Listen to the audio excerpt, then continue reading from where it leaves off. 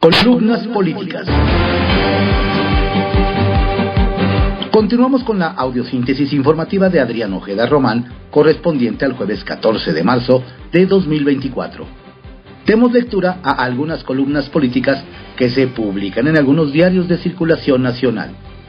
Arsenal, por Francisco Garfias, que se publica en el periódico Excelsior. Félix el Bailador. El oficialismo y la oposición se dieron otra vez con todo en el Senado. La cercanía de las elecciones del 2 de junio exacerba los ánimos. En ambos bloques vaticinan que el de enfrente va a perder. El debate de ayer fue frontal. Los insultos y descalificaciones no dieron lugar al diálogo, mucho menos a la conciliación. Ya no hay mucho que esperar de esta legislatura en ninguna de las dos cámaras. La sesión arrancó con un video que dio a conocer el periodista Carlos Loret de Mola sobre supuestos sobornos para colocar balastro, piedras sobre las vías en el Tren Maya. La senadora del PAN, Mayuli Latif Martínez, pegó su teléfono celular al micrófono para que sus pares escucharan lo que dice Amílcar Olán a Pedro Salazar Beltrán, integrantes del clan. Dice Amílcar: a huevo, la red de corrupción es lo de nosotros. Por cada 3,000 metros cúbicos va su mochadita para que nos den el palomazo y de que todo está bien. Ya cuando se descarrile el tren, será otro pedo. El primero que brincó fue el senador de Morena, Gabriel García Hernández, ex coordinador general de programas para el desarrollo en el gobierno de López Obrador, quien llamó a Loret el zar de las mentiras. Aquí, dijo García, hacen un reto de pruebas, pero hay que recordar las pruebas que se expusieron de 1,400 millones de pesos de depósitos a las cuentas de las empresas de su candidata presidencial, Xóchitl. Ni esos 1,400 millones de pesos les alcanzan para comprar un poco de credibilidad, remató. Siguieron otros oradores. El tono de descalificación prevaleció. Otro tema que calentó el debate fue la propuesta del PAN de desaparecer los poderes en Guerrero con el argumento de que la situación de ingobernabilidad ya es insostenible. El coordinador de la bancada azul, Julen Rementería, dio a conocer la propuesta. Dijo que en Guerrero hay extorsión, homicidio, cobro de piso, una gran cantidad de irregularidades que están sucediendo. Hoy se considera, de acuerdo con estudios internacionales de prestigiosas empresas, que Acapulco puede llegar a ser la ciudad más violenta del mundo. Se preguntó, ¿quién no ha visto las imágenes tan lamentables de Guerrero? ¿La ejecución extrajudicial de un estudiante a manos de la policía del Estado? El senador Félix Salgado Macedonio, padre de la gobernadora de Guerrero, salió varios turnos después a responderle a Rementería. Dijo, no tienen ninguna consistencia sus dichos. ¿Qué dicen? ¿Que a la gobernadora no se le ve? ¿Que no está? ¿Que está ausente?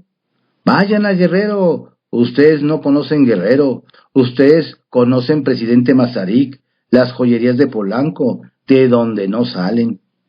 Vayan a Guerrero, conozcan la realidad de nuestro estado. Están los 3 poderes constituidos, el legislativo, el judicial, el ejecutivo. Ahí están trabajando. Félix destacó que la gobernadora Evelyn Salgado inmediatamente se reunió con los normalistas de Ayotzinapa, con la mamá del joven acribillado por la policía. ¿Hay movilizaciones? Hay movilizaciones, reconoció. El senador de Morena negó autoridad moral a los panistas que piden la desaparición de los poderes en su estado. Ustedes no tienen nada en Guerrero. ¿El cuánto por ciento? Tienen el 1%. Nada. ¿Por qué no mejor desaparecen los poderes en Guanajuato?, preguntó. Kenia López del PAN le respondió, ¿sabe por qué es necesario que se disuelvan los poderes en Guerrero? Porque mientras usted está bailando, la gente se está muriendo. Porque mientras Morena vive en el lujo y el privilegio, la gente tiene que tolerar a los delincuentes que se han hecho los amos y los dueños de muchos municipios de Guerrero. Así se la llevaron sin resolver nada. Ricardo Monreal, coordinador de la bancada de Morena, no habló en tribuna. Lo hizo frente a los reporteros de La Fuente. Ellos, los panistas, saben que la desaparición de poderes no procede. Es un recurso estrictamente electorero en un momento en que las campañas están subiendo de tono. Nos llegó un video de la diputada local Tania Larios, secretaria del PRI en la Ciudad de México, que grabó frente a la Fiscalía Capitalina, acompañada de una decena de jóvenes militantes. En el video dice: venimos a denunciar contundentemente la violencia que se ha vivido en Coajimalpa, donde Sergio Rivera perdió su córnea, donde a Rafa Montiel le clausuraron la casa de su madre y también nos han violentado haciendo campaña y recorriendo las calles. Tania señala a Adrián Rubalcaba como autor intelectual de la golpiza ocurrida el 10 de diciembre del año pasado, y a Jesús Arrieta, su particular, como el autor material. Capital Político, por Adrián Rueda, que se publica en el periódico Excelsior. Crece fuga por goteo en Morena.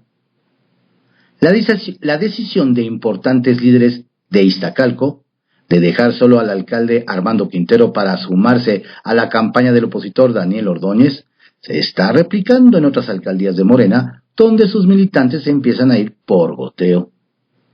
A 2 semanas de que inicien las campañas a alcaldes en la Ciudad de México, los grupos morenistas han entrado en pánico con las encuestas, que reflejan un crecimiento constante de Santiago Taboada para la jefatura de gobierno. Aunque las encuestadoras afines a la 4T insisten en hacer creer que Clara Brugada tiene ventaja de 2 dígitos en la lucha por la Ciudad de México, los verdaderos números preocupan a Morena. Además que en la capital del país nadie se cree el cuento de que los ciudadanos quieren un segundo piso de la transformación. Hay que sumar que la sociedad civil ya dio muestras de que dará la lucha contra el oficialismo en las urnas. A esa preocupación habrá que agregar lo que se dice fuera del país del próximo proceso electoral mexicano, donde tampoco auguran una buena jornada para Morena.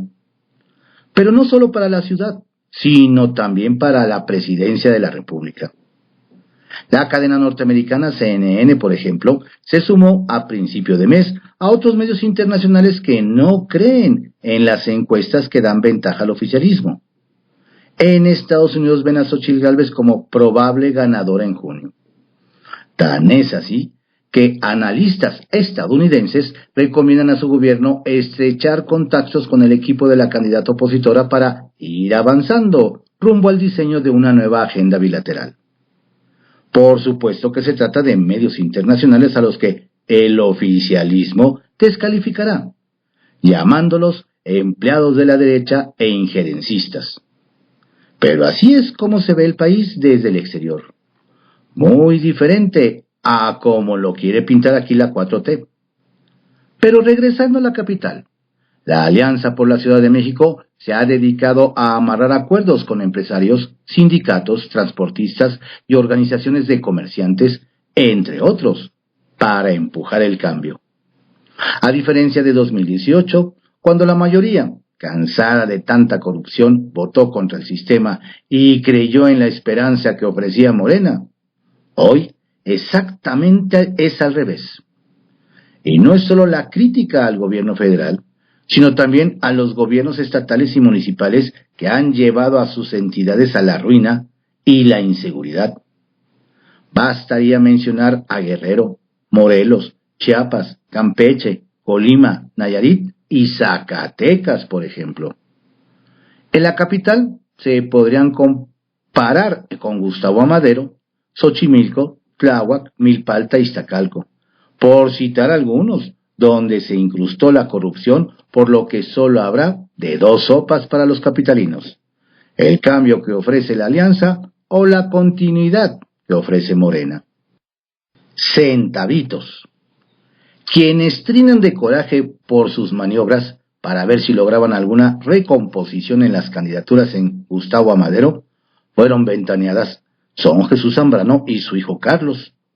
El clan quería impulsar a Carmen Pacheco en lugar de Marisela Gastelu para alcaldesa, pero topó con pared, pues tendrían que lograr las firmas de los dirigentes del PRD, PRI y PAN, que ya les dijeron que así están bien. Pacheco tendrá que conformarse con su candidatura a diputada, junto con sus compadres Isaías Villa, a quien Gonzalo Rojas, esposa de doña Carmen, llamó Isaías Huerta, pues lo traicionó después de haberlo llevado como suplente cuando fue diputado. Ni modo, por lo pronto el clan Zambrano tendrá que conformarse con sus negocios en el PRD y sus asuntos en Tlalpan. Votos y billetes, por José Luis Camacho, que se publica en el periódico 24 Horas. Periodistas en riesgo. Primero fue Ciro, ahora fue Jaime Barrera. 1. Votos. En esta ocasión nos ocupamos nuevamente de la grave circunstancia de inseguridad que vivimos los periodistas y, obvio, me refiero al caso particular de México. Repito, cada día 15 de mes recordaré a los lectores el atentado que sufrió mi compañero Ciro Gómez Leiva, evento del que milagrosamente salvó su vida. Ayer, afortunadamente, fue rescatado con vida el periodista Jaime Barrera, quien en sus primeras declaraciones dijo que no fue víctima de un secuestro, puesto que la familia no recibió ninguna petición económica por la liberación del secuestrado. Fue una advertencia, aseguró, después de que fue levantado el 11 de marzo. Jaime Barrera ha tenido diferencias notables con varias gentes del poder. No tiene buenas relaciones con el gobernador Enrique Alfaro. Y por instrucciones de muy alto nivel, Jaime fue separado de Milenio Jalisco, en donde colaboró desde hacía tiempo. Un colectivo que al parecer es un elemento clave en la instrumentación del levantón del que fue objeto Barrera, es el Cártel Jalisco Nueva Generación. Por lo pronto, Jaime Barrera acudió a la Ciudad de México para acogerse al mecanismo de protección a periodistas. 2. Billetes y votos. El cumpleaños del querido exbanquero y gran aficionado al béisbol, Alfredo Harp Helú, se convirtió en un festejo en el que se volvieron a mezclar los votos con los billetes. La lista de asistentes al festejo, cuando menos, así lo deja ver. Encabezó la lista su primo, el hombre más rico de México, Carlos Slim Helú. También lo acompañaron Otón Díaz, dueño del equipo Diablos Rojos; José Antonio Meade, ex candidato presidencial y ahora funcionario de primer nivel internacional de HSBC. No podía faltar Roberto Hernández y Alex Oberón, quien fue fundador de Occesa. Igual pasó lista de presente. Una felicitación para el cumpleañero, que volvió a realizar con su capacidad de convocatoria que se mezclaran los votos y los billetes. 3. Votos. Existen ya mucha preocupación en el equipo de Claudia Sheinbaum porque en la Ciudad de México no prenden ni su propia candidatura y menos la de Clara Brugada. La verdad es que los brugadistas no han dejado de atacar a Omar García Harfuch, a quienes consideran un elemento que como candidato al Senado opaca a la ex jefa de la alcaldía de Iztapalapa. Mientras parece que Clara va en caída libre, crecen las simpatías tanto por Santiago Taboada como por Salomón Chertorivsky, un candidato muy trabajador que podría ser la chica. 4. Billetes. A pesar de que se insiste en que será Acapulco nuevamente la sede de la convención anual de la Asociación de Bancos de México, existe un malestar entre varios importantes banqueros por el acuerdo que su presidente Julio Carranza tuvo con el primer mandatario en el sentido mencionado. Inicialmente, después del éxito que tuvo la convención celebrada en Mérida, se acordó que fuera Puerto Vallarta la siguiente sede. Pero los efectos del huracán Otis hicieron que esos planes dejaran de ser viables. El fallo permanece aún en el aire y se dice en el medio que antes de Semana Santa se decidirá el nuevo lugar. Mensaje político por Alejandro Lelo de la Rea, que se publica en el periódico El Independiente. Más del 70% rechazan encuestas. Como casi todos los encuestadores que publican como propaganda, Francisco Abundis de Parametría es otro tramposo que oculta información fundamental de la metodología, como en el estudio que difundió este miércoles en un diario capitalino. No informa el porcentaje de rechazo al cuestionario, que demóscopos más serios señalan rebasa el 60% según sus informes al INE. Es decir, cuando menos 6 de cada 10 personas no quieren saber nada de encuestas. No abren la puerta o simplemente declinan a responder. Si son telefónicas, cuelgan hasta enojados. Existe un hoyo negro de cuando menos el 60% de la población si se proyectan las encuestas con una buena muestra representativa.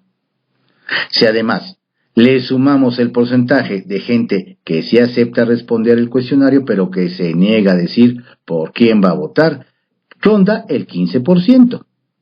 Entonces hablamos que el universo de personas realmente encuestadas, en el mejor de los casos, es del 25 o 30% de las muestras. Es altamente probable que esté ocurriendo el efecto Nicaragua, cuando en 1989 los ciudadanos de aquel país ocultaron su voto a favor del opositor Violeta Chamorro por temor al régimen de Daniel Ortega.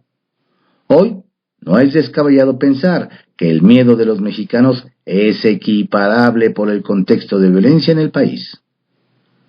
Todas las encuestas fallaron en aquella elección porque la gente mentía al decir que iba a votar por los sandinistas. El resultado de la encuesta de ayer de Francisco Abundis dice que Brugada tiene 46% de intención de voto en contra del 32% de Taboada. Es decir, en el rango de 15 puntos que han alineado las encuestas pagadas para favorecer a Brugada. Abundis sabe operar así. Es de los alumnos del mafioso Ulises Beltrán, encuestador de la presidencia de Carlos Salinas y Ernesto Zedillo. Dicen que el alumno siempre supera al maestro. Parametría está en un claro conflicto de interés.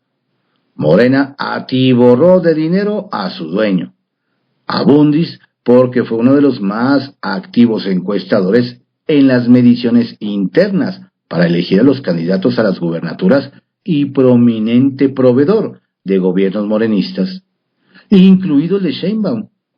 Abundis es el mismo que le dio 14% de ventaja a Delfina Gómez en la elección del Estado de México en junio pasado, y al final ganó por 8%. Las dos encuestas más acertadas fueron Massive Caller con menos 2% de diferencia, y el diario Reforma que dio 2 puntos más de ventaja para la morenista. Varias de las empresas que le han vendido sus servicios a Morena fueron de las que más cucharearon sus encuestas a favor de Delfina Gómez, incluso por encima de los 20 puntos de distancia. Factométrica, Mendoza Blanco y Asociados, Covarrubias y Asociados, Electoralia, Verumen, Demoscopía Digital.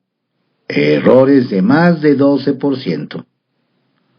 La pretensión comparativa es que en la Ciudad de México va a pasar lo mismo que en el Estado de México y ganará Brugada por 7 u 8 puntos. La realidad es que no se pueden comparar ambos casos porque en el 2023, en aquella entidad, el gobierno corrupto, autoritario, ineficiente de más de 80 años, no era el de Morena, sino el del PRI. Además, el gobernador Alfredo del Mazo no metió las manos para ayudar a su partido. En la Ciudad de México, la continuidad es Morena, y la gente está harta tras 27 años de resultados mediocres. El cambio lo representa Santiago Taboada, el más atractivo para ese 70 menos 80% de los chilangos, que son o se sienten clase media. Así, 15 puntos de ventaja, que oficialmente dice el equipo de Brugada tener de ventaja, son puro cuento. Ellos lo saben. Lo veremos. Historias de reportero, por Carlos Loret de Mola, que se publica en el periódico El Universal. La renuncia de la gobernadora, la cancelación del Tren Maya. López Obrador ya hubiera pedido la renuncia de la gobernadora, la secretaria de Gobernación y en una de esas hasta del presidente mismo. En Guerrero, los narcos torturan y golpean a los transportistas para que les paguen el derecho de piso. Las imágenes son brutales. Los transportistas, hartos de las extorsiones, hacen paros de labores. Chilpancingo, Iguala, Tasco se vuelven pueblos fantasmas sin transporte público, sin comercios, sin escuelas. El líder de un cártel dice que financió la campaña del partido que gobierna a nivel municipal, estatal y nacional. Matan a un estudiante de Ayotzinapa. Ya nos faltan 44. El gobierno trata de encubrir el crimen criminalizando al estudiante. Se descubre la verdad. Lo mató un policía estatal, pero el policía se fuga. Por esa fuga entra en el pleito público la Fiscalía de Guerrero, controlada por el Ejército, el más poderoso de los acusados por el caso Ayotzinapa, y la Secretaría de Seguridad Estatal, que responde al jefe de toda esa mafia local, el morenista Félix Salgado Macedonio, papá de la gobernadora Evelyn Salgado. Desaparecen día y medio 2 fiscales federales enviados a investigar el caso. Hay protestas, quemas de vehículos, retención de guardias nacionales, ataques a edificios públicos. Y encima están las ejecuciones de todos los días, destacadamente la del ex-suegro de la gobernadora Joaquín Alonso Piedra, el Abulón, que fungía como puente entre el crimen organizado y el grupo político. Y el presidente, lloriqueando porque unos estudiantes con resorteras y piedras dieron portazo en su Palacio Nacional.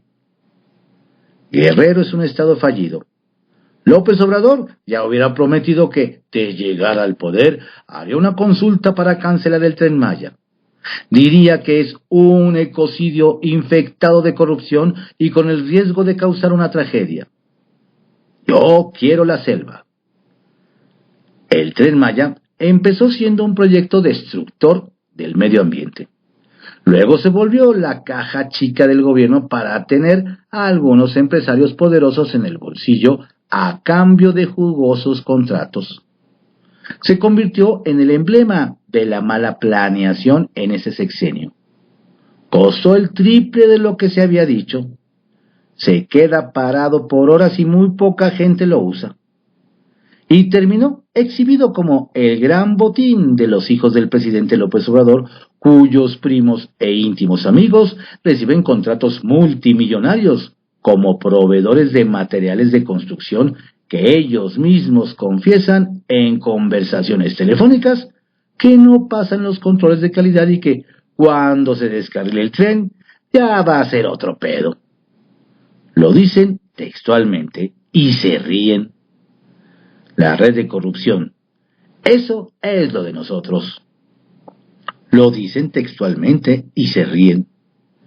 El Tren Maya es corrupción de la que mata. Sacia morbos. ¿Será cierto que hay jaloneos entre Mario Delgado y Claudia Sheinbaum? ¿Será cierto que por eso lo dejaron fuera de las listas de candidatos a legislativos sin fuero garantizado para el próximo sexenio, aun cuando es una de las figuras más vulnerables de Morena por toda la trama del rey del huachicol? En privado, por Joaquín López Dóriga, que se publica en el periódico Milenio. Violar la ley e invocar el golpe de Estado. Para López Obrador, su proyecto histórico de la Cuarta Transformación, como continuidad de la primera, la independencia con Hidalgo, la reforma con Juárez y la democracia con Madero, dependen del resultado electoral del 2 de junio. Lo sabe, y por eso ha empeñado toda su gestión y quehacer en ganar la presidencia de la República con Claudia Sheinbaum, que está convencido es la única que se lo garantiza. Y para lograrlo, está, como ha estado y estará, dispuesto a todo. Incluso violar la misma Constitución que protestó guardar y hacer guardar con todas las leyes que de ella emanan. Lo que no ha hecho del todo, al punto de pasar de su máxima de no me vengan a mí con el cuento de que la ley es la ley, a declararse por encima de ella a partir de su autoridad moral y política. En ese tránsito donde tiene como prioridad la consolidación, dice de su transformación, ha pasado por encima de su propia palabra y de sus limitaciones legales, convencido de que sólo así puede lograr la extensión de su sueño. En este designio está dispuesto, como hemos visto, a atropellar todo lo que no vaya en su línea. Poderes de la Unión, ya tiene el control del Congreso, va por el Poder Judicial, la desaparición de los organismos autónomos y a arremeter contra opositores, críticos, periodistas, medios, lo que sea. El proyecto es primero. López Obrador tiene claro, aunque no lo haya dicho públicamente, que solo con la presidencia puede avanzar su transformación. Así, asumió el control de una campaña donde, además de la presidencia, quiere el legislativo, para sacar sus 18 iniciativas de reforma constitucional que Sheinbaum ya hizo suyas y parte de su programa de gobierno. Por eso López Obrador está metido hasta el tronco en este proceso electoral, sin temor a violar la ley y pasar por encima de ella. De la ley, no vaya a malinterpretar. Retales. 1. Golpe. En eso de violar la ley para ganar las elecciones, López Obrador ha metido a la conversación el tema del golpe de Estado, aunque sea técnico. Dice que el Tribunal Electoral le lleva cuenta de todas sus violaciones para hacerlas valer en la declaración de presidenta electa. Ese es el anuncio de que seguirá violentándola. De lo contrario, diría que no la iba a violar. 2. Respuesta. Y ahí está el mensaje del presidente del tribunal, de la presidenta del Tribunal Electoral, Mónica Soto, quien acaba de reiterar que la ley la tienen que respetar todos, hasta el presidente de la República, que en otras condiciones parecería un pleonasmo legal. Pero hoy, aquí, es una advertencia indispensable. Y 3. Rondines. Mientras Clara Brugada repite en su campaña por la Ciudad de México sus logros en materia de seguridad en Iztapalapa, el gobierno de Martí Batres anunció ayer un reforzamiento a los operativos en esa alcaldía con 3,000 policías más. Uso de razón, por Pablo Iriart, que se publica en el periódico El Financiero. El candidato sustituto.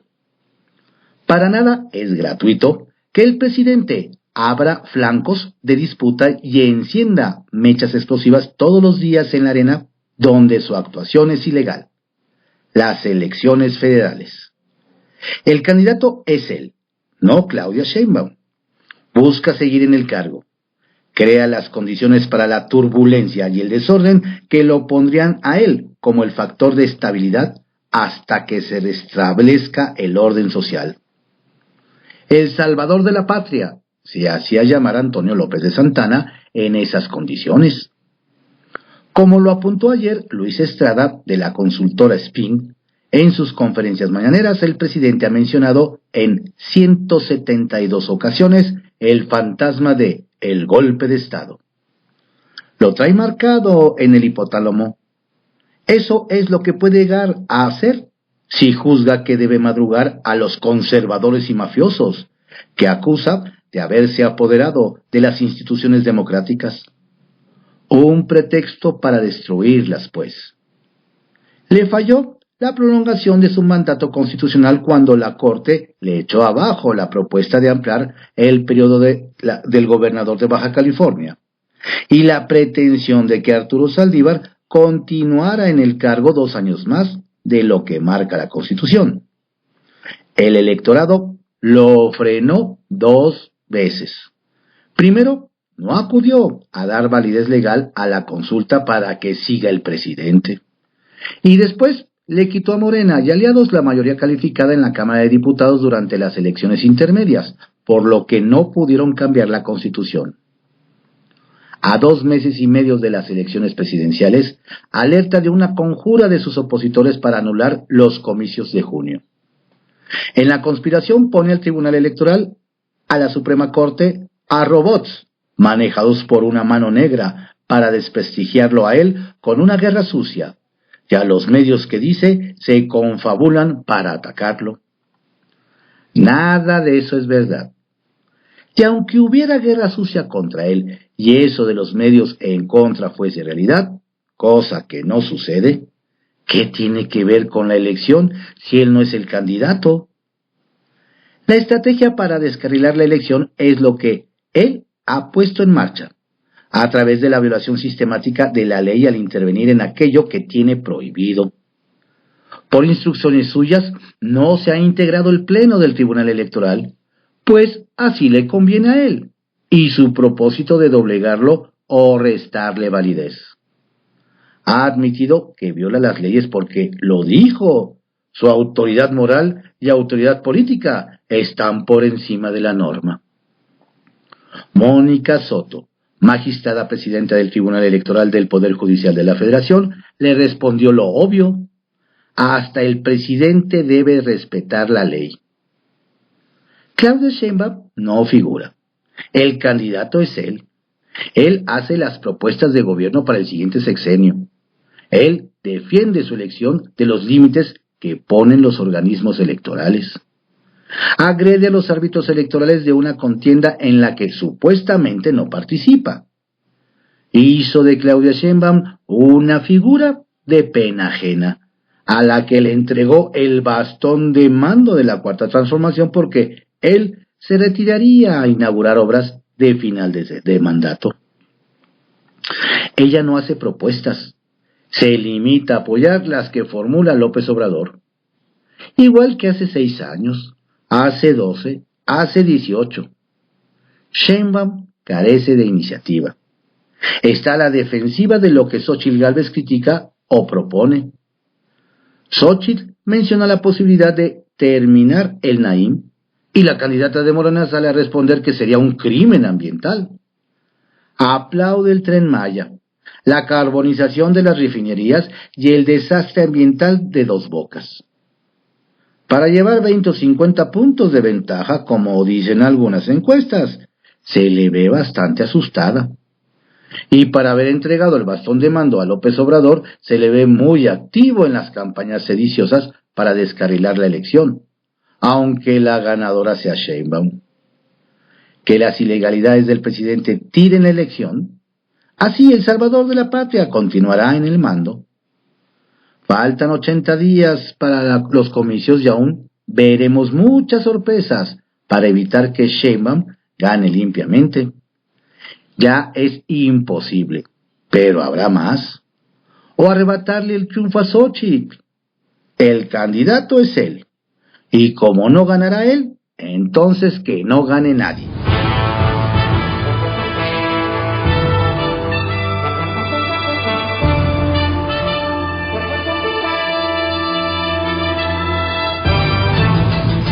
Estas fueron algunas columnas políticas que se publican en algunos diarios de circulación nacional en la audiosíntesis informativa de Adrián Ojeda Román, correspondiente al jueves 14 de marzo de 2024. Lo invito a que se mantenga informado a través de nuestro sitio en www.cconoticias.info. Saludos cordiales de su servidor, Adrián Ojeda Castilla. La audiosíntesis informativa fue creada por Adrián Ojeda Román en 1971 y actualmente es producida por Corporación Comunicativa Ojeda, CCO Noticias.